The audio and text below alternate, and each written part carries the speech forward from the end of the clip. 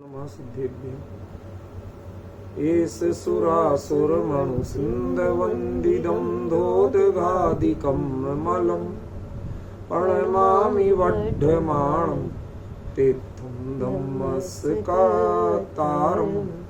शेषे पुण्यतीर्थैरे ससौवसिद्धे विशुद्धस्वभावे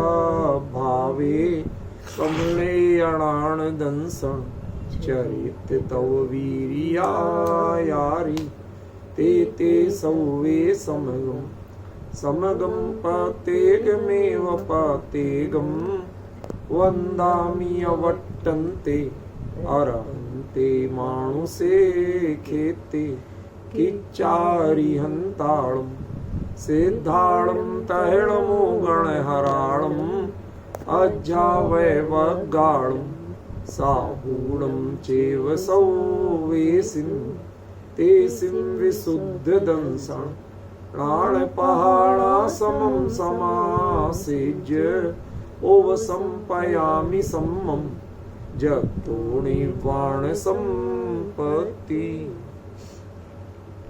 प्रवचन सार परमागम चरणानि योग चूलिका महाधिकार गाथा 257 पृष्ठ संख्या 495।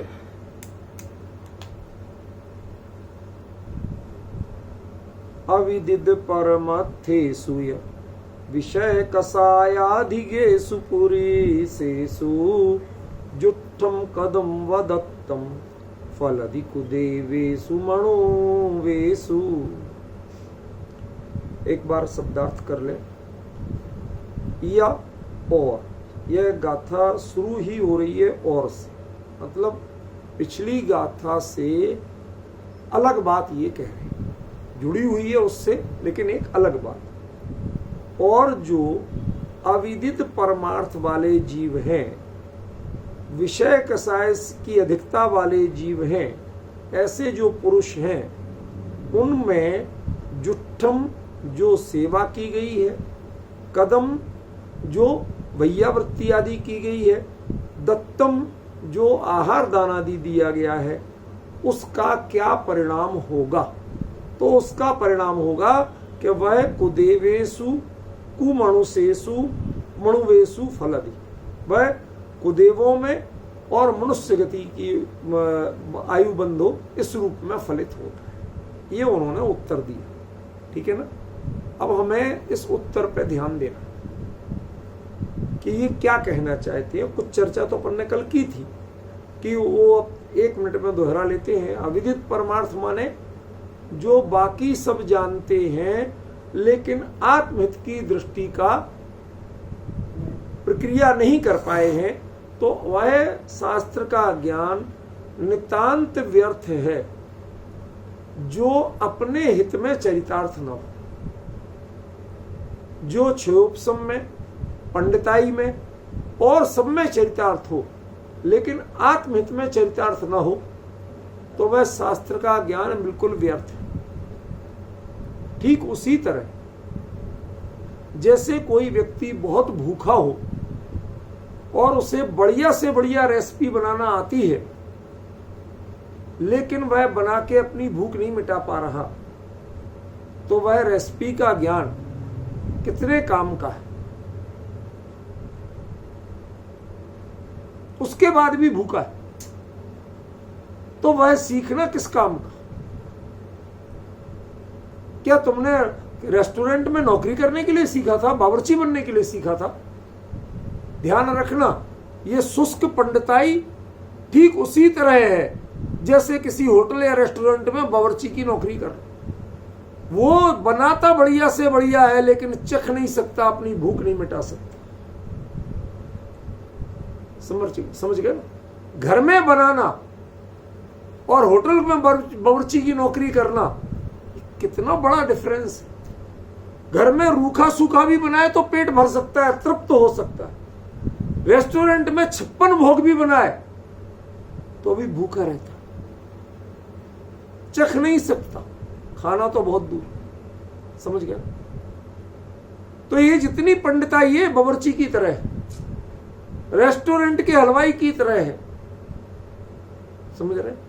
जो बनाता तो सब कुछ है, एक से एक रेसिपी पता है, उन्हें लगाने की सजाने की प्रोसेस पता है, लेकिन उसने आज तक चक्के नहीं देखी, खाई नहीं वो चीज।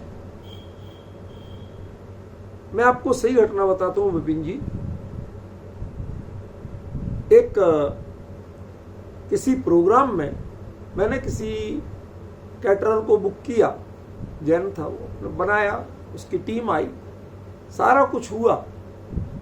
तो बाद में वो जैसे कुछ सामान रह जाता ना, तो वो घर पे देने आया, बर्तन वगैरह कुछ गए होंगे तो वो देने घर पे आया। देने घर पे आया तो वो पूछता कि साहब ये चीज आप लोगों को कैसी लगी, कि अच्छी लगी? नहीं साहब इसलिए पूछ रहा हूं कि मैंने तो आज तक चखी नहीं, हम तो गरीब लोग हैं, हम कहां से चखें, हम तो जानते नहीं इसका स्वाद कैसा। हमने उसे बिठाया, बिठा के लो भैया तुम पहले खाओ,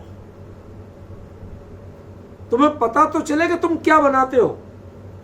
अब जो चखा, चखने के बाद कहता वाकई में बहुत अच्छा। अब जो वो उसे रेसिपी का ज्ञान है, बनाने की सारी विधि का ज्ञान है, दूसरों को समझा भी सकता है, कोई गलती करे तो टोक भी सकता है, लेकिन जिसे उस इतनी सारी जानकारी के बाद भी उसे उसके स्वाद का ज्ञान। ऐसे ही ये पंडित आत्मा के बारे में इतना बखान करते हैं, इतना बखान करते हैं जिसकी कोई सीमा नहीं, लेकिन इनसे पूछो कि भैया स्वाद का पता है?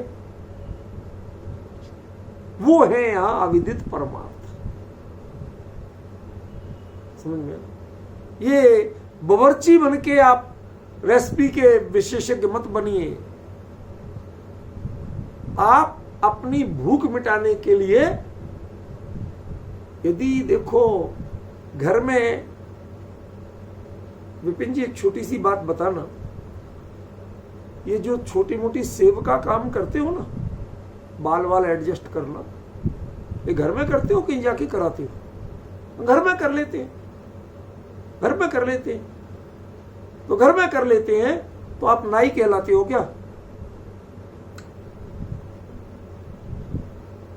कब कहलाओगे नाई?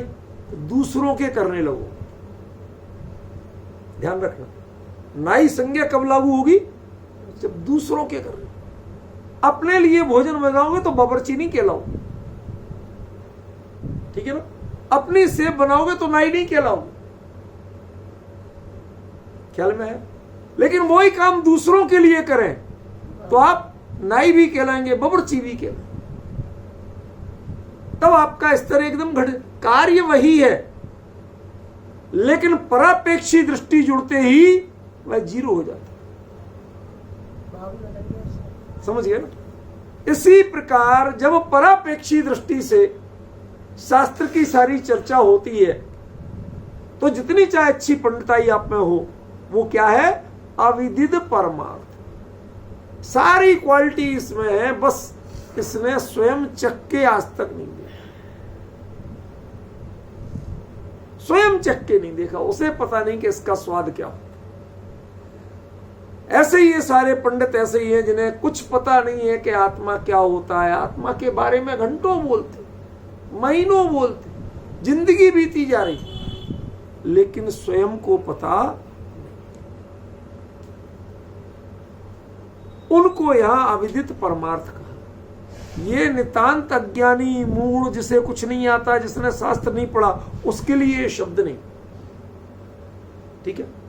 और जो कहा कुदेवेशु मणवेशु फलदि, तो कल से की चर्चा से मैं थोड़ा करेक्शन करना चाहता हूं कि यहां पर आचार्य ने देव में तो कुदेव कहा, लेकिन मनुष्य में कुमनुष्य नहीं कहा। कल अपन ने ऐसे ही बोला था, वो फ्लो में बोला था, लेकिन आज मैंने गौर किया कि आचार्य ने दोनों में अलग अलग विभक्ति दी, उदेवेशु अलग, मणुवेशु अलग, लेकिन उसमें कुमणवेशु नहीं कहा। जबकि कल अपन क्या अर्थ कर रहे थे कि ये कुमनुष्य माने जैन कुल नहीं मिला, अच्छे संस्कार नहीं मिले, ऐसा अपन अर्थ कर रहे थे। ठीक है। लेकिन आचार्य ने थोड़ा सावधानी से प्रयोग किया, हमें अपनी गलती सुधारना ही चाहिए कि आचार्य ने क्या कहा है, देव में तो कुदेव की वर्गीकरण किया, लेकिन मनुष्य में कुमनुष्य का वर्गीकरण नहीं किया। क्यों नहीं किया? कि 3 प्रकार के देव जन्म से सम्यक दृष्टि कतई नहीं हो सकती। सम्यक दृष्टि हो पहले से तो 3 देव योनियों में नहीं जा सकता। इसलिए सम्यक दर्शन के अभाव के कारण उनको कुदेव कहा। रागी तो सारे ही देव, अहमिंद्र भी रागी ही है, वीतरागी तो वो भी नहीं है, ख्याल में है ना। इसलिए राग की अपेक्षा कुदेव नहीं कहा। किस अपेक्षा कहा? सम्यक दर्शन की। जो जन्मजात सम्यक दृष्टि नहीं होते, सम्यक दृष्टि उनमें जन्म नहीं लेते, इसलिए उनको कहा, ख्याल में है ना।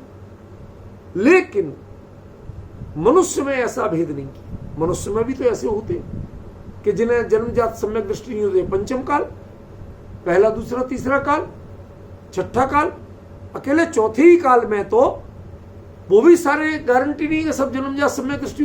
और में सम्यक दृष्टि जीव जन्म ले सकते, ऐसे तो वैमानिकों में भी सारे सम्यक दृष्टि जन्म नहीं लेते, दूसरे भी जाते हैं। मुनि व्रत धार अनंत बार ग्रैविक उपजायो, पे निज आत्म ज्ञान बिना सुख लेख न पाए। तो ग्रैविक तक भी मिथ्या दृष्टि जा सकता है भाई, वैमानिक तो बहुत दूर की बात है, समझ गए ना। उसकी क्वालिटी क्या है कि यदि सम्यक दर्शन पहले से है तो वह वैमानिक में ही जन्म लेगा, वह 3 में नहीं जाएगा। तो ये तो यहां भी कि यदि सम्यक दृष्टि आप पहले से हो तो आप चौथे काल की स्थिति में जन्म लोगे, फिर पंचम काल, छठा काल, पहले दूसरे तीसरे काल में जन्म नहीं लोगे। तो यहां भी तो फिर इन्हें कुमनुष्य क्यों नहीं कहा? देवों को तो कुदेव कह दिया, मनुष्यों को कुमनुष्य क्यों नहीं कहा? उसका एक कारण है, मैं आपको आज थोड़ा आधार बता रहा हूं। बहुत साल पहले मैंने इस बारे में पढ़ा था और पक्का है, शायद सरवार सिद्धि में दिया है किसी ग्रंथ में, राजवार्तिक तत्व और सूत्र की टीका में।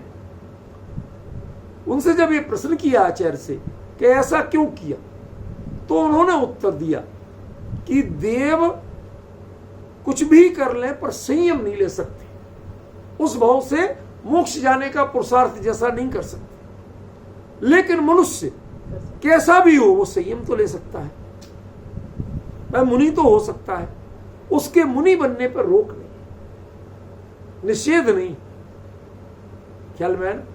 इसलिए मनुष्य को कुमनुष्य नहीं कहा। और इसी का एक बड़ा आधार जो कल कहा था कि साहब कौन दीक्षा ले सकता है, इसका आप कोई थर्मामीटर नहीं बना सकते। दीक्षा वैराग्य से होती है, दीक्षा कुल और गोत्र से नहीं होती, पढ़ाई लिखाई से नहीं होती है। यदि पढ़ाई लिखाई से दीक्षा होती तो शिवभूति मुनि दीक्षित ही नहीं हुए होते, उन्होंने कोई दीक्षा नहीं दी होती। समझ रहे कि नहीं समझ रहे? ये सारी विडंबना है। तो ये अकेला संयम का पात्रता इसकी कभी नष्ट नहीं होती मनुष्य की, किसी भी युग में, किसी भी काल में। इसलिए मनुष्य को कुमनुष्य नहीं कहा, किसी भी वर्ग को। लेकिन देवों के 3 वर्ग हैं जो सदा काल कुदेव हैं। दूसरा, उनकी कुछ मानसिकता भी ऐसी होती है कि वो भले कामों की जगह, भले कामों में तो प्रेशर के कारण आते हैं, नहीं आया समझ। जैसे नॉर्मली क्लास 4 और दूसरे लोग ये ऑफिस में तो प्रेशर के कारण आते हैं, लेकिन ठेके पे बिना प्रेशर के जाते हैं। समझ रहे हैं विपिन जी क्या कह रहा हूं? वहां ये स्वेच्छा से जाते हैं, यहां मजबूरी में आते हैं। ऐसे ही है समोषण आदि में और सब में, वो तो सौधर्मेंद्र प्रभाव इतना कि 3 वर्ग के तो उनके आगे कुछ है ही नहीं, वैमानिकों के आगे जो निर्देश गया नहीं और करना ही करना है, समझ गए। लेकिन इनसे जब अपनी इनकी मति गति की बात पूछो तो जितने व्यंतर हैं क्या करते हैं भाई साहब? अपनी पूजा करवाते हैं, खुद मिथ्या दृष्टि और दूसरों में मिथ्यात्व बढ़ाते। भवनवासी या तो नारकियों को लड़ाएंगे या इधर आके आपका मिथ्यात्व बढ़ाएंगे। ज्योतिषी वो भी यही करते हैं, समझे ना। इसलिए इन तीन को कुदेव कहा गया कि तुम में सुधार के कोई लक्षण ज्यादा नजर नहीं आएंगे, तुम तत्व चर्चा करते नहीं बैठोगे, इसलिए कुदेव। लेकिन मनुष्य कितनी निकृष्ट भी होगा तो भी वह सुधर सकता है, वह संयम ले सकता है, वह अपने पापों का प्रायश्चित कर सकता है। इसलिए मनुष्य को सबको मनुष्य कहा, कुमनुष्य नहीं। ख्याल में। और आपके ऐसे जो वैयावृत्ति आदि का फल है, आहार दान आदि का फल है, किनको? जिन्होंने परमार्थ को नहीं जाना, जिन्हें परमार्थ पता ही नहीं, समझ में। और परमार्थ पता नहीं है तो उसका दूसरा रिजल्ट क्या है? विषय कसाय आदि केसु में किसी पर कटाक्ष, निंदा या कोई और दुर्भाव रखे बिना सिर्फ इसका व्याख्यान करने की दृष्टि से चर्चा कर रहा हूं अब आगे, कि आज जो वर्तमान में जितने हैं, कभी कभी बहुत करुणा आती है उन पर कि उनमें परमार्थ का तो पता नहीं, इसलिए कोई किसी विधा के विशेषज्ञ बन रहे हैं, कोई मंत्र तंत्र के बन रहे हैं, कोई समाज शास्त्र के बन रहे हैं, कोई वास्तु के बन रहे हैं, वो दुनिया भर की विशेषज्ञता लेते घूम रहे हैं। वह उनकी सारी विशेषज्ञता आचार्य कुंद की दृष्टि में क्या है? विषय कषाय की अधिकता है। यदि परमार्थ का आपको पता होता तो आप आत्म ध्यान की दिशा में जंगल में कोने में कहीं चुपचाप जाके बैठे होते, आपसे बातें नहीं कर, जनसंपर्क नहीं कर रहे होते। ये जो जनसंपर्क का भाव है, लोगों को बुलाना, लोगों को मिलना, कितने लोग दर्शन कर रहे हैं, इसी में फूले जा रहे हैं। कई बार सुना, अरे साहब महाराज जी की तो महिमा ही अपार है, दिन में 10-20 बसें तो दर्शन करने आती हैं, इतने लोग भर के आते हैं। हम लोग तो व्यवस्था कर करके हैरान हैं, बहुत बड़े महाराज जी। क्यों? कैसे बड़े हैं? तब संयम साधना की चर्चा नहीं है, कितने लोग दर्शन करने आते हैं। अब ये नहीं पता होने के दर्शन करने बुलाए जाते हैं कि आते हैं। उनके भैया जी दीदी जी रोज अरे आए नहीं तुम लोग, बस लेके आओ। आते हैं भैया, जब दबाव जाता है तो आते हैं। ये सब क्या है? ये लक्षण है कि आप विषय कसाई की अधिकता वाले। और ये विषय कसाई की अधिकता क्यों हुई आपको? सीधा अपराध नहीं कह रहे, आपका असली अपराध है कि आप अविदित परमार्थ, आपने परमार्थ नहीं जाना, अपना हित नहीं जाना, सारा शास्त्रार्थ जान लिया लेकिन परमार्थ नहीं जाना। परम पद यानी मोक्ष, और मोक्ष की प्राप्ति में शुरुआत जिससे होती है वो आत्मानुभूति, वो नहीं जाना। परमार्थ बने की शुरुआत, पहली इकाई वह आत्मानुभूति है, वह सम्यक दर्शन है, वह चतुर्थ गुण स्थान से होता है। वो नहीं जाना आपने, वो नहीं पाया, इसलिए आप अविदित परमार्थ। अब एक प्रश्न करना, वह प्रश्न गंभीरता से सुनना।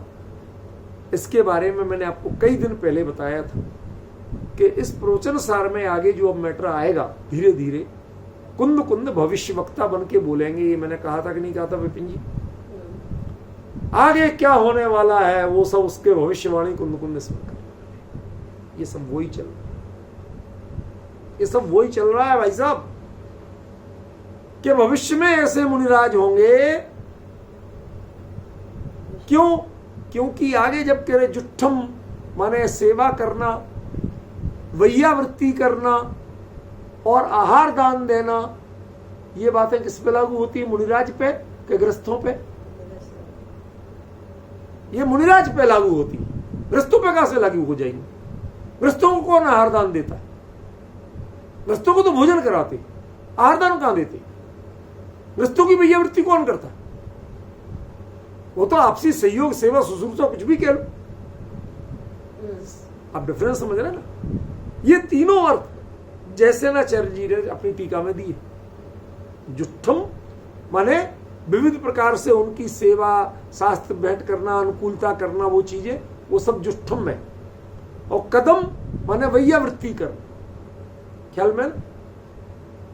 और तीसरा दान देना, आहार दान आदि देना। ये तीनों अर्थ किसने किए हैं? जयसेनाचार्य देव ने किए।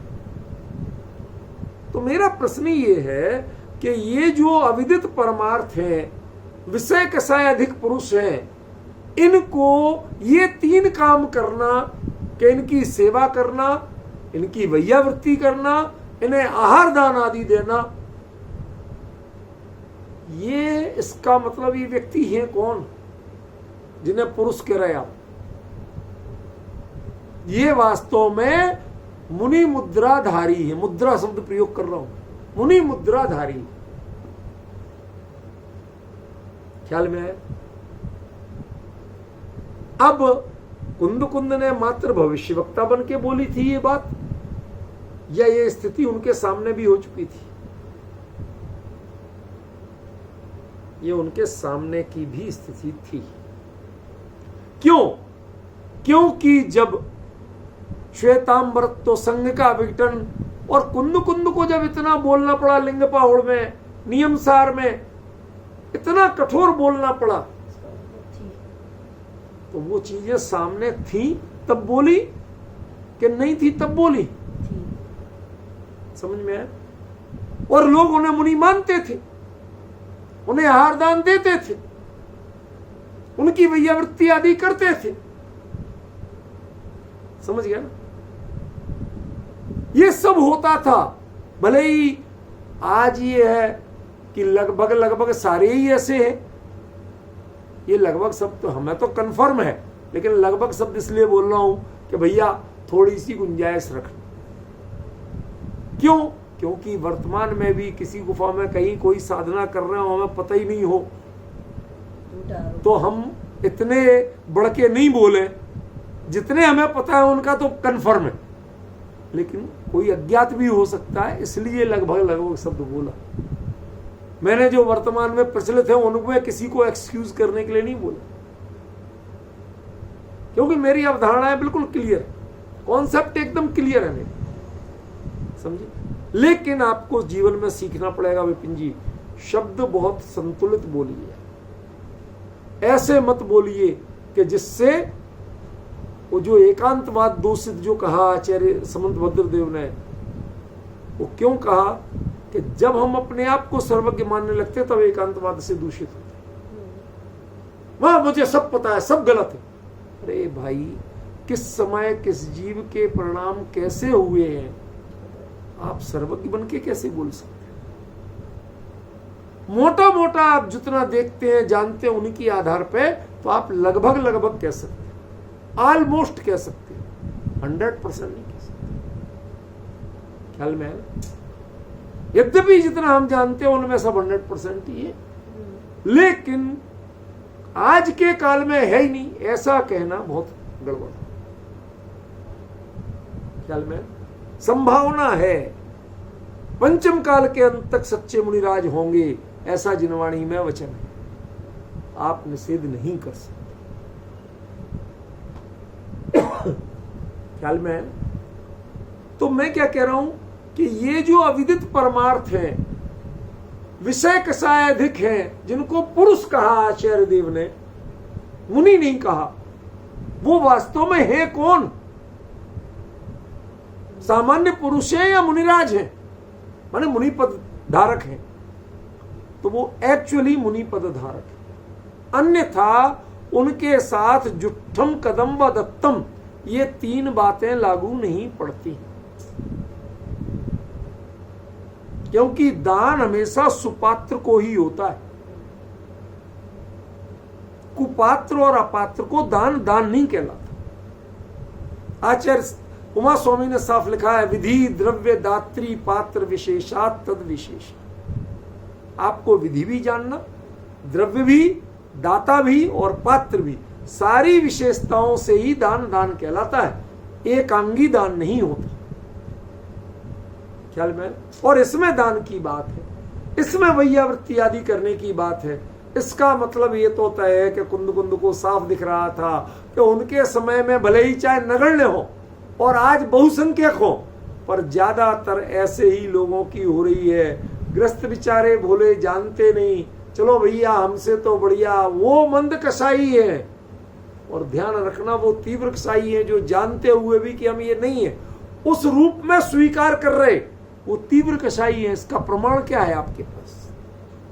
आपको तो लगता है सब बिल्कुल मंद कसा है, महाराज जी में सब मुस्कुराते ही रहते हैं, शांत भाव, कुछ भी कह जाओ, उत्तेजित ही नहीं होते हैं। भाई साहब आपके पास आगम में प्रमाण है कि जब एक रिद्धिधारी मुनिराज चाण रिद्धिधारी वो तो चले गए और दूसरे आके बैठ गए और लोग उनके आके वंदना करने लगे और वो संतुष्ट, चलो बढ़िया है, पूज रहे चाण रिद्धिधारी के रूप में, हमें क्या ऐतराज है, ये पूज रहे, हमने तो नहीं कही कि पूजो।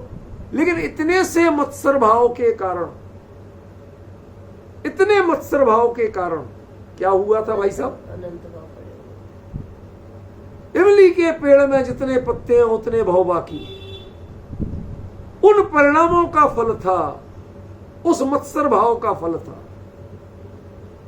ऐसे ही जो जानते हैं कि हम सच्चे मुनिराज नहीं है, हमें आत्मानुभूति नहीं है, हम छठवें सातवें गुण स्थान वाले नहीं है, कोई घटना कोई प्रक्रिया उनकी नहीं होती है, अरे हमें तो आत्म स्वरूप का अनुभव ही नहीं है, पता ही नहीं है, ऐसा जानते हुए भी विपिन जी, ऐसा जानते हुए भी जो आराम से आशीर्वाद दे रहे हैं, भैया हमारा तो काम है आशीर्वाद देना, सो दे रहे हैं और सेवा करा रहे हैं, आहार दान ले रहे हैं, सब कुछ कर रहे हैं, तो कहते हैं आचार्य कि ये पुरुष हैं, ये मुनि नहीं।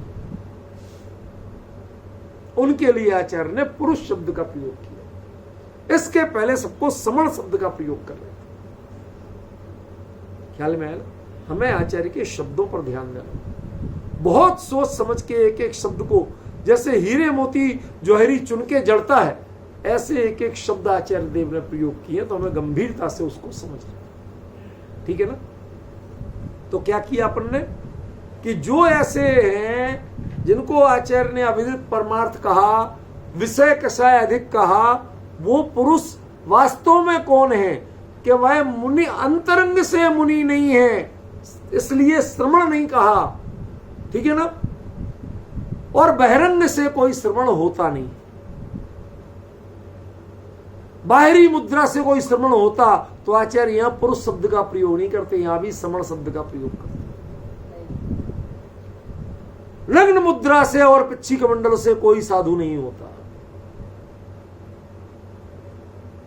विपिन जी कुछ समझ रहे हो क्या कह रहा हूं मैं?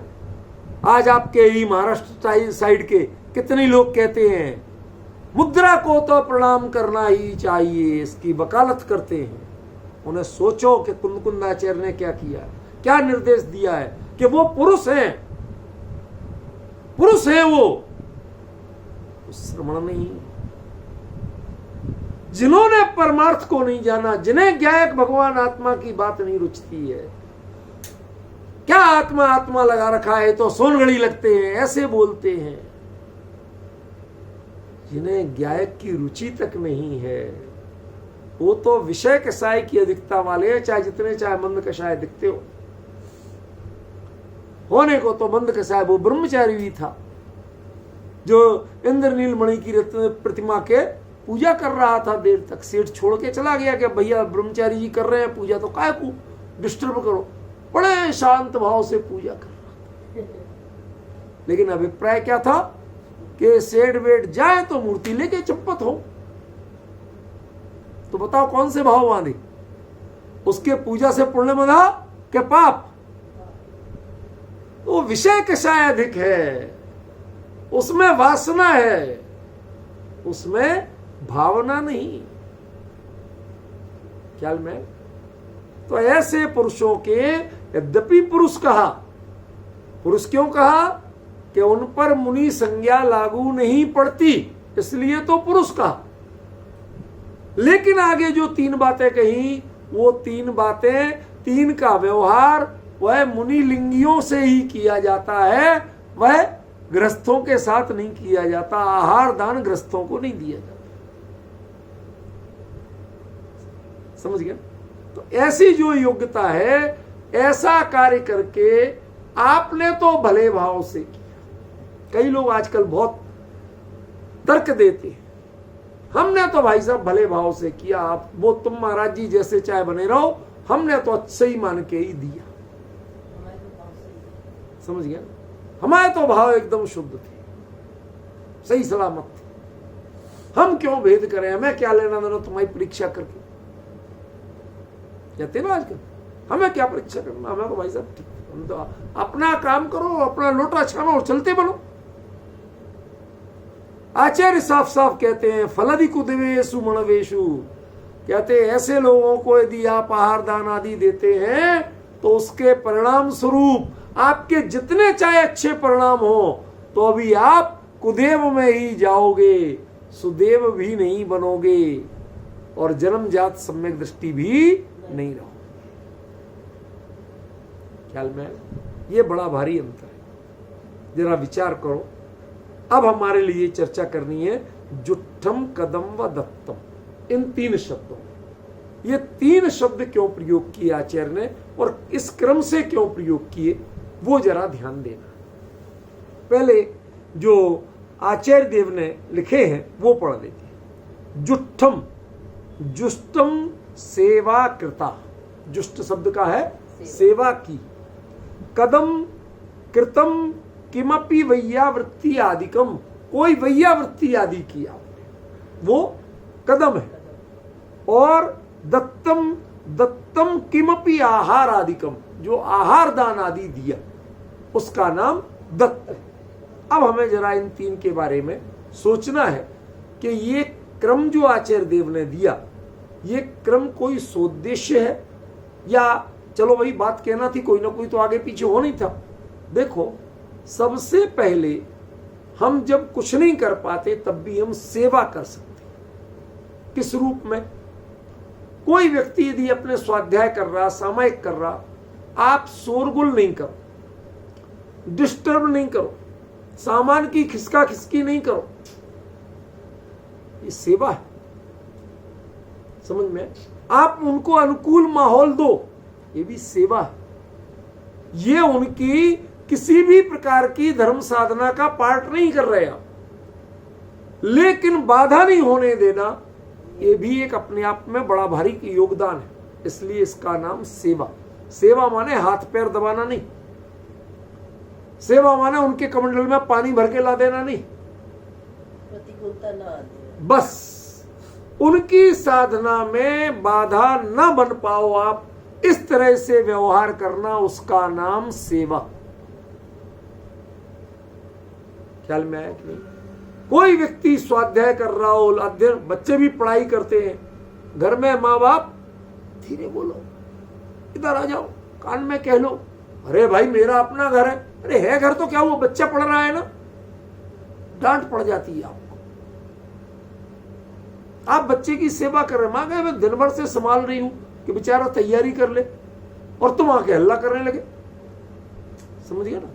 तो वो उसके मौन रहना, धीरे बोलना, डिस्टरबेंस नहीं करना, ये भी एक सेवा है।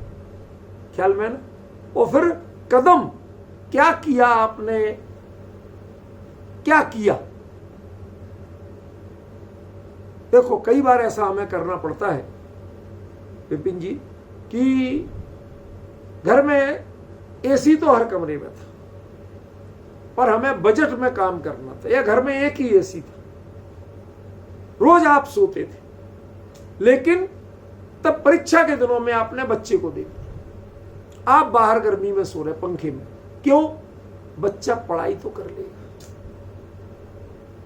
समझ गया?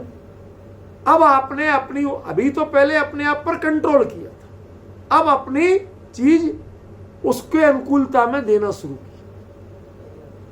समझ गया ना? उसको अनुकूलता प्रदान करना शुरू की, ये कदम में आ जाए। वैयावृत्ति आदि स्थूल दृष्टांत थे, ये मुनि धर्म पे लागू नहीं करना, अभी तो समझने के लिए कह रहा हूं। और तीसरा दत्तम, जो कुछ भी आपने स्पेशली उसके लिए बना के दिया, आधी रात को भी चाय बना के देते, ठीक है ना, उसके अनुकूल खाना बना के देते हैं, उसको कब क्या चाहिए, माँ अलार्म अपने फोन में लगाती है, उस समय वो चीज करके देती है। वो कह दे कि 3 बजे उठा देना, मैं अभी सो रहा हूं, आज सिर दर्द हो रहा है, तो माँ 3 बजे तक या तो जागती है, नहीं तो अलार्म अपने लगाए रहती है 2:30 बजे से, कि कहीं ऐसा ना हो मैं सोती रह जाऊं, बच्चे का नुकसान हो जाए। समझ गए ना? तो वो जो हर तरह से साधन करके देना, उसको उस समय कुछ ना कुछ गर्म पेय आदि बना के देना कि बेटे को नींद नहीं आए, डिस्टर्बेंस नहीं हो, ये स्थूल, बहुत ही स्थूल दृष्टांत है, मुनि धर्म पे लागू नहीं कर रहा, मैं 2 बार कह चुका हूं ख्याल में। ये सब क्या है, ये दत्तम के रूप। तो कोई भी कार्य हो, किसी के लिए अनुकूलता करना, उसके लिए 3 फेस, एक जुट्ठम, दूसरा कदम, तीसरा दत्तम। दत्तम में हमेशा उसके अनुकूल देखेंगे आप, आपके अनुकूल नहीं देखेंगे। कदम में आप एडजस्ट करेंगे, और जुट्ठम में आप कंट्रोल करेंगे, सेल्फ कंट्रोल। हमने अपनी गतिविधियों को मर्यादित किया, यह है उसकी सेवा का रूप। ठीक है ना? जो आपने आपस में तालमेल बना के एडजस्ट किया, वो है कदम का रूप। और आपकी अनुकूलता से, हमारी क्या थी वो नहीं, आपकी अनुकूल। कई माँ बाप, इसलिए मैंने कहा दृष्टांत बड़ा सीमित है, इसको धर्म पे मत लगाना, ना मेरा समर्थन मानना। कई माता पिता रात को दूध नहीं लेते, कई तो पानी भी नहीं लेते, भोजन तो बहुत दूर की बात, पर वो बच्चे के लिए रात को करके देते हैं कुछ ना कुछ अनुकूल व्यवस्था। तो जब भैया तुम नहीं करते हो तो उसको क्यों? भैया उनको, ये बच्चों की जरूरत है भैया, ये 3 बजी रात से 2 बजी रात से पढ़ेगा तो उसे चाहिए, शाम को भोजन लिया था, कुछ ना कुछ तो चाहिए, दूध ही दे दें 1 गिलास। समझ में? वो आप अपने हिसाब से नहीं दे रहे, उनके अनुसार दे रहे। तो आहार दान आदि में ये ध्यान रखना, आपके हिसाब से नहीं करना, उनकी मर्यादा के हिसाब से। तो आपने जो भी आहार दान आदि दिया, वो एक मुनिराज के लिए दिया, पुरुष के लिए नहीं दिया। यद्यपि वो पुरुष है, मुनिराज नहीं है कुंद की भाषा में, आपने लेकिन मुनिराज के लिए दिया, आपने पुरुष के लिए दिया। इसका मतलब क्या हुआ कि आप किसी को जस्टिफाई नहीं कर पाए कि आत्मानुभवी हैं, भावलिंगी हैं या नहीं, आप जस्टिफाई नहीं कर पाए। वो आपके सामने बिल्कुल सात्विक आचरण कर रहे थे, सब कुछ शांत बैठे थे, कुछ भी आपको ही धर्मोपदेश दे रहे थे, लेकिन कुंद ने एक परिभाषा बना दी कि जिन्हें परमार्थ का ज्ञान नहीं है, वह उनकी विषय कषाय की अधिकता है ही है। वो जितना चाहे धर्माचरण करें, वो धर्माचरण विषय कषाय की अधिकता के कारण कर रहे हैं, वो अन्य किसी कारण से नहीं कर रहे।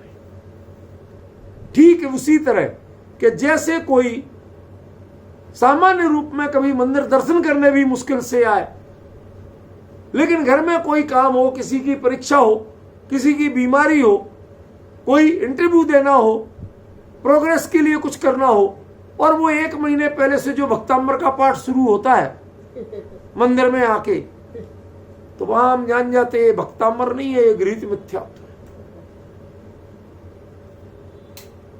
समझ गया? ये आपको समझना पड़े, ये पहचानना पड़े। आपको अपने हिसाब से नहीं करना, उनके हिसाब से। समझ गया? आप अपनी ओर से तो जब मुनिराज मान के दोगे आहार, तो ये कुदेवेसु मुड़वेसु फलेगा। आप जानबूझ के करोगे कि ये तो खोटे ही है और हम खोटे का पोषण कर रहे, तब तो गृहीत मिथ्यात्व का पोषण होकर नरक निगोद भी जा सकते हो। फिर कुदेव और मनुष्य की गारंटी नहीं है। विपिन जी समझ में आ रहा है? जानबूझ के खोटे ही हैं, सब कुछ है, फिर भी करोगे समर्थन तो नरक निगोद भी जा सकते हो। उसके फल में कुदेव और मनुष्य बनोगे नहीं। हमने अपनी ओर से जाना भैया, हमने तो अपना कर्तव्य श्रावक का निभाया। हमें पता नहीं कि आप सच्चे हैं कि नहीं है, आपने भावलिंग लिया कि नहीं लिया, प्रकट हुआ कि नहीं हुआ, लेकिन ज्ञानी कहते हैं जिसने परमार्थ को नहीं जाना वो विषय कषाय की अधिकता वाला है। वो 1 घंटा बड़ा योग कराता है, हजारों हजार लोग योग करते हैं उसके पास। क्यों? कौन है? विषय कषाय अधिकता वाला है। क्यों? क्योंकि यदि उसे परमार्थ का ज्ञान होता तो वो लोगों की भीड़ नहीं, लोगों को योग साधना नहीं कराता, अपनी योग साधना खुद करता। वो अपने परिणाम संभालता, लोगों के परिणाम संभलवाने की चेष्टा नहीं करता। ख्याल में? यदि कोई पर के परिणाम संभालने की चेष्टा में लगा है, इसका मतलब उसे विषय कषाय की तीव्रता है। पर की परिणाम संभाल। ध्यान रखना कि तीर्थंकर परमात्मा भी एक शब्द नहीं बोलते हैं जब तक केवल ज्ञान होके दिव्य ध्वनि नहीं होती है, वीतराग नहीं हो जाते हैं। अपने राग को कितना कंट्रोल करते हैं। राग अवस्था में पर से संपर्क ना बन जाए मेरा, इसलिए वचन एकमात्र माध्यम है 2 लोगों के बीच। मौन रहते, मौन, आजीवन मौन, बोलेंगे ही नहीं। क्योंकि बोलेंगे तो संसार से संपर्क, संसारियों से संपर्क शुरू हो जाए। समझिए कितना गजब का धर्म है मुनि धर्म। बोलना ही नहीं, संसारियों संपर्क रखना ही नहीं। आप संपर्क रखते हो और उसमें रुचि लेते हो, इसका मतलब है कि आप विषय के सायाधिक पुरुष हो, आप मुनिराज नहीं हो। ये तय जान लें, इसमें कोई शंका करने की गुंजाइश नहीं। ये कुंद ने साफ कह दी, ठीक है ना। लेकिन आपने इस पर फोकस नहीं किया। आपने तो क्या समझा, भैया हमारे लिए महाराज जी सत्य उपदेश दे रहे हैं, धर्म का ज्ञान दे रहे हैं, कुछ सिखा रहे हैं, और आपने हाथ जोड़ के जो कुछ भी किया, उस जुट्ठम कदमदा दत्तम का फल क्या है? उस मंद कषाय के द्वारा बनने वाले पुण्य का फल, उस पुण्य की जाति कितनी होगी? कुदेव और मनुष्य। कुदेव बनोगे तब भी सुदेव तक नहीं बन सकते। यद्यपि मिथ्या दृष्टि वैमानिक में जा सकता है, ग्रैविक तक में जा सकता है, तो अभी तुम नहीं जाओगे। इसका मतलब कुछ समझे? विपिन जी कुछ समझ में आया? नहीं आया? क्या कहना चाहता हूं? खुल के बोल दो। बिना परखे, बिना समझे जितनी विनय करोगे, वो विनय तुम्हें एक लेवल से ऊपर नहीं उठने देगी। देव बनोगे तो कुदेव बनोगे। आम मिथ्या दृष्टि वैमानिक में जा सकता, लेकिन तुम नहीं जा पाओगे। इसका मतलब पात्र की पहचान करना कि आप सतपात्र को ही दान दे रहे हैं, सतपात्र की ही विनय कर रहे हैं, सतपात्र की ही वैयावृत्ति कर रहे हैं, ये कितना जरूरी है। जिसे आत्मा की बात नहीं रुचती हो, उसकी यदि तुमने सेवा विनय वैयावृत्ति भी की, तो ध्यान रखना आपके परिणाम जितने चाहे मंद कषाय के हों, लेकिन आप कुदेव से ऊपर नहीं जा पाओगे। आप पर बैन लग जाएगा, बैन, कि आप इससे ऊपर नहीं है। क्यों? क्योंकि आपका कर्तव्य था कि आप सामने वाले की परख करते, विवेक पूर्वक जानते, उसकी उपेक्षा नहीं करते, और सही गुणी को पहचान करके उनके प्रति समर्पित होते। ये आपका कर्तव्य था। उस कर्तव्य का पालन आपने नहीं किया, इसका दंड आपको ये मिला कि आपको देव में गए, आप देव नहीं बन पाए, वैमानिक आदि नहीं बन पाए। जबकि मिथ्या दृष्टि वैमानिक में जा सकता है, ग्रैविक तक जा सकता है। भाई साहब क्या कहा उसमें? मुनि व्रत धार, स्वयं तो बाहरी स्थूल संयमाचरण तो करो, दूसरों की सेवा करके, अरे साहब हमारा तो काम सेवा है, हमने कर लिया, ग्रस्त नहीं जा पाओगे। यदि वहां जाएंगे तो भले ही मिथ्या दृष्टि होकर द्रव्यलिंग का पालन करे, वो जा सकता है, लेकिन वैमानिकों में और इनमें दूसरों की सेवा करके ग्रस्त नहीं जाते। या तो सम्यक्त हो तो जाएगा ग्रस्त। सम्यक तुम च, आचार्य देव ने साफ सूत्र दिया है। वैमानिक देवों का कारण सम्यक दर्शन है। यदि आप उसमें जाना चाहते हो सम्यक दर्शन के बिना, या जो जाते हैं, तो एक ही कंडीशन है कि वह उस समय संयम की मुद्रा में बाह्य संयम पालते हुए जाते हैं। वह कभी भी असंयम की स्थिति में नहीं जाते। असंयमी तो सम्यक दृष्टि ही जाते हैं। अब डिफरेंस ख्याल में आ रहा कुछ क्या है? इसलिए ये सड़ा नारियल मत बनाइए कि जहां चाहे फोड़ दिया। भाई साहब, हमें क्या करना, हमें क्या परखना? अरे भाई, यही तुम्हारी लापरवाही, यही प्रमाद वृत्ति तुम्हें वैमानिक तक में नहीं जाने देगी। ये मनुष्यों में भी जैन कुल की गारंटी नहीं रहने देगी। तुम्हारी दुर्गति का कारण है। जबकि मिथ्या दृष्टि वैमानिक में क्या गैरविक तक जा सकता। इसका मतलब मिथ्यात्व इनकी प्राप्ति में उतना बाधक नहीं है जितना अलिंगी की या कुलिंगी की विनय करना, सेवा करना, वैयावृत्ति करना, आहार दान आदि देना जितना बाधक है।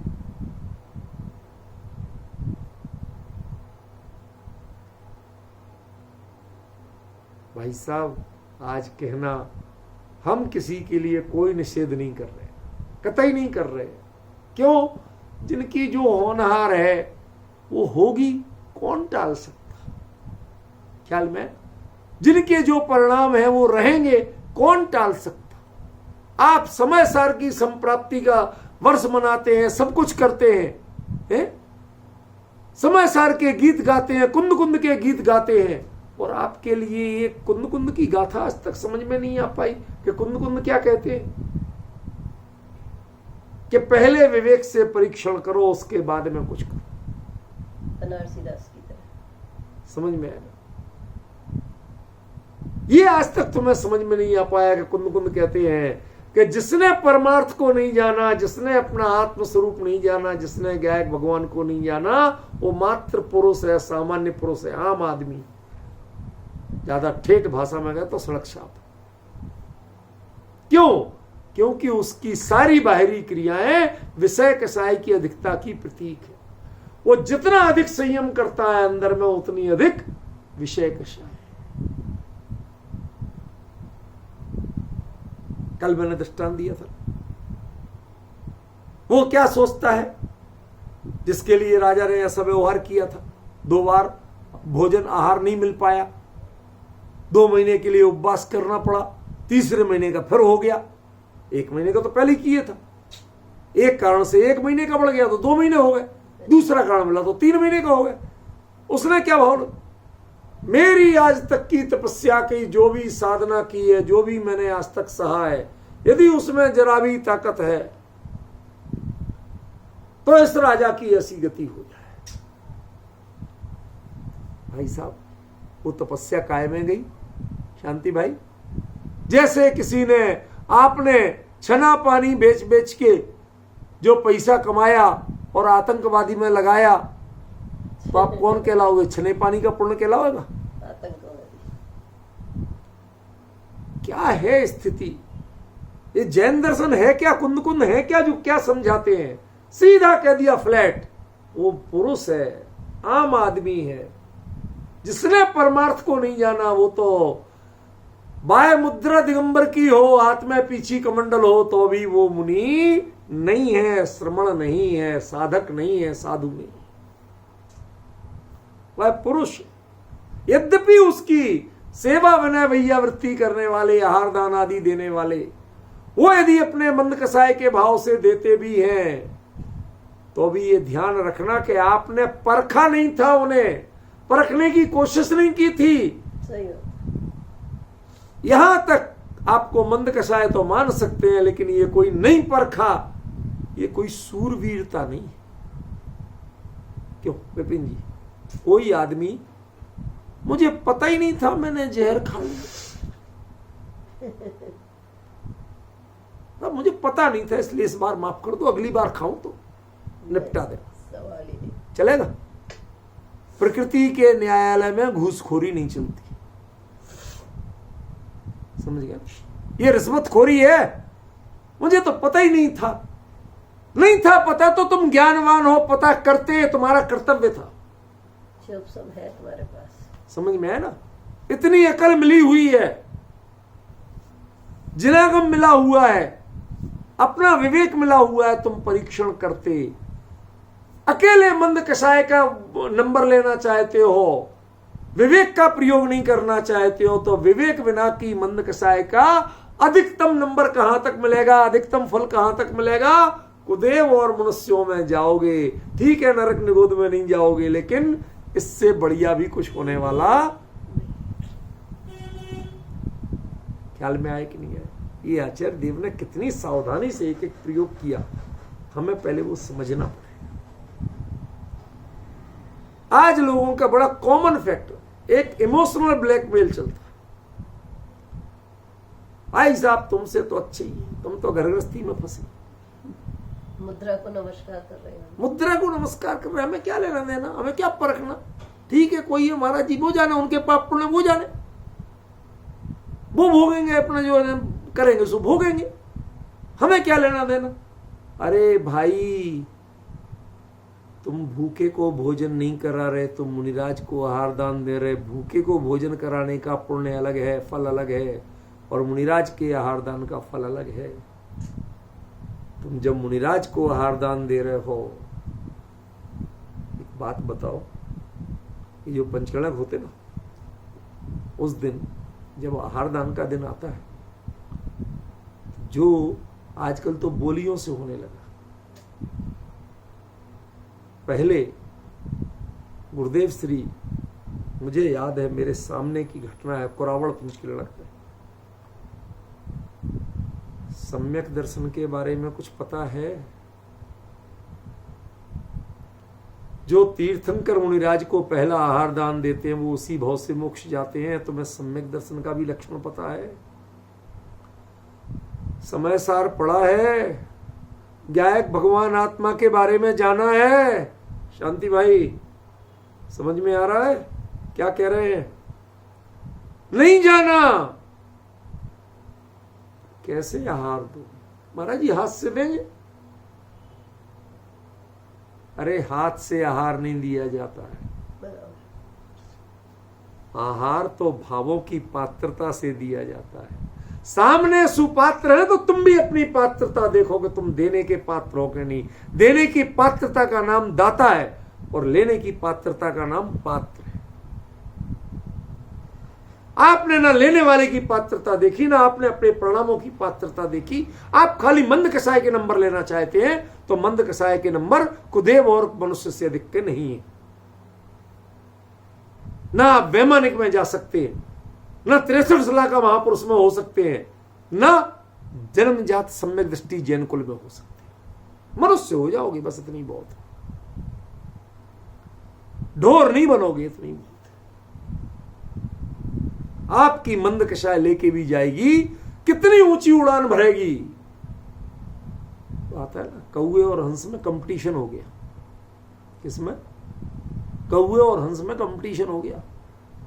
या तेरे पंख गोरे हो गए तो तुम कोई 30 मार का हो गया? तुम आदमियों के समाज के क्या काम आते? हम तो बहुत काम आते। हम सुबह से कहां करके सबको जगा देते हैं। समझ गया ना? सब जाग जाते हैं हमारे बोलते ही। हम बहुत काम किए। गृहिणियों को यदि हमारे आवाज सुनाई दे जाए तो लगता हमारा पति आने वाला है, कोई मैसेज आने वाला है। कितने लोगों के काम आते, तुम किस काम के हो? उन्होंने कहा भैया हम तो मानसरोवर में जाके रमते, इतने काम किए।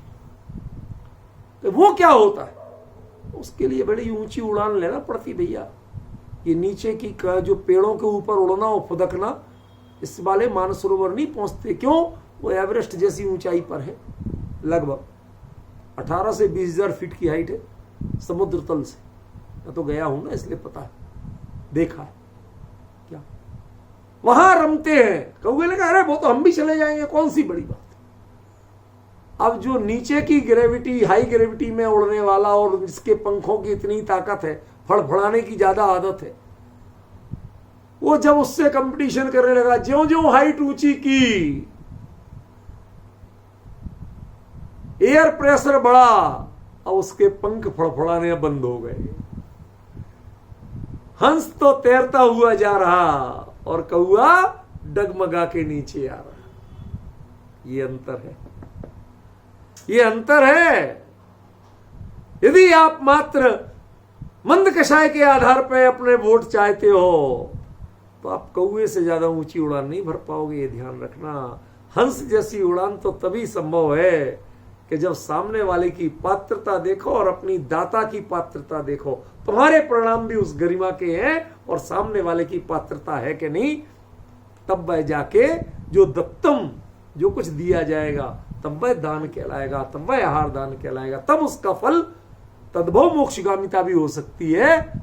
स्वर्ग आदि तो बहुत बड़ी बात, छोटी बात है, समझ में। तीर्थंकर मुनिराज के लिए जो आहार दान देते उसी भाव से मोक्ष जाता, ख्याल में। आहार दान का फल भी मोक्ष हो सकता है। आहार दान से कोई मोक्ष नहीं जाते, मोक्ष तो श्रेणी आरोहण करके जाते हैं, लेकिन उनका एक निमित्त नैमित्तिक संबंध ऐसा होता है कि वह उसी भाव से गारंटी से जाते हैं। उनकी पहचान होती है कि पहला आहार दान करने का श्रेय मिला था इन्हें। इसका मतलब आज आप पूजाएं पढ़ते हैं, उनमें राजा श्रेयांस ने पहला आहार दान दिया था। अब आपको पूछने की जरूरत नहीं है कि राजा श्रेयांस मोक्षगामी थे कि नहीं, उसी भाव से मोक्ष गए। अंडरस्टूड है, जो तीर्थंकर को पहला आहार दान देगा वो जाएगा ही जाएगा, ख्याल में। श्रेयांस भी भगवान है, ऋषभ देव तो भगवान है ही है, श्रेयांस भी भगवान। ये श्रेयांस नाथ भगवान की बात नहीं कर रहे, तीर्थंकर की नहीं, राजा श्रेयांस की बात कर रहे हैं। डिफरेंस ख्याल में आए। सच्चे सुपात्र के लिए जो आहार दान आदि देंगे, वैयावृत्ति, विनय, सेवा आदि करेंगे, तय जानना कि उसका फल क्या होगा। तद्भव मोक्षगामिता भी हो सकती है, नहीं होगा तो वैमानिक से कम तो होगा, ख्याल में। और यदि आपने कौए जैसी उड़ान भरी, मात्र मंद कसाय के बल पर चलना चाहा, तो ज्यादा उड़ान नहीं होगी। वो उड़ान कहां तक जाएगी, या तो कुदेवों में जाएगी या सामान्य मनुष्यों में जाएगी, इससे ज्यादा आपको फल मिलने वाला नहीं। ये अपने आप को परिणामों का एनालिसिस करो, क्या कह रहे आचार्य देव उसको पहचानो। विपिन जी कितना बड़ा मर्म दे दिया आचार्य। आप यदि पात्र की पहचान किए बिना उनकी सेवा, विनय, वैयावृत्ति भी करते हैं, और आप अपने सही परिणामों से भी करते हैं, कोई मत्सर भाव से नहीं करते हैं, कोई निदान बंद से नहीं करते हैं, मान कषाय के लिए नहीं करते हैं, तो यदि ये सब गड़बड़ियां हैं तो इनका और कुछ भी कहीं जा सकते आप। बहुत अच्छे परिणाम करते हैं तो भी आपकी उड़ान कहां तक जाएगी। जैसे कौआ 200-400-500 फीट से ऊपर नहीं जा सकता, ऐसे ही आप कितने उड़ के जाओगे कि क्या तो कुदेवों में जाओगे, भवनवासी व्यंतर ज्योतिषी में जाओगे, और या साधारण मनुष्य बनोगे, इससे ऊपर आप नहीं जा सकते, ख्याल में। ये पहचान सीखना पड़ेगी, ये मर्म है इसका। आज समय हो गया, बाकी चर्चा करें।